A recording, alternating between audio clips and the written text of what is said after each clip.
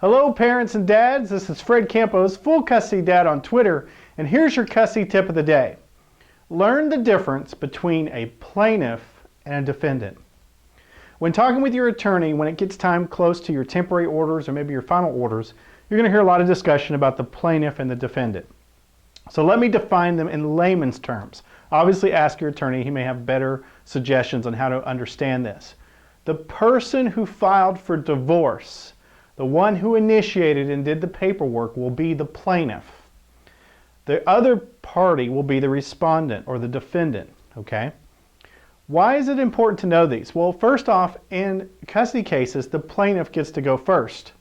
In a jury trial, this is very, very important because they get to go first and they get to give their evidence first. So you're usually given a little bit more time, maybe the lion's portion of the time allocated for the custody hearing or the divorce.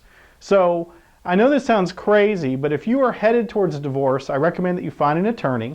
And if you know it's absolutely inevitable and you're considering custody, then consider filing for divorce first and being the plaintiff. There are some slight advantages to being the plaintiff as opposed to the defendant.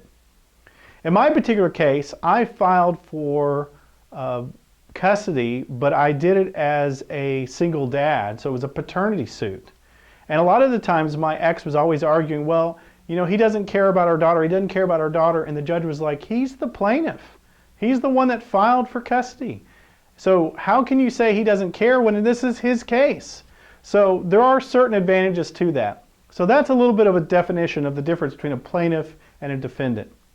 For more custody tips as well as a course on how to win custody of your kids, check us out online at www.daddygotcustody.com.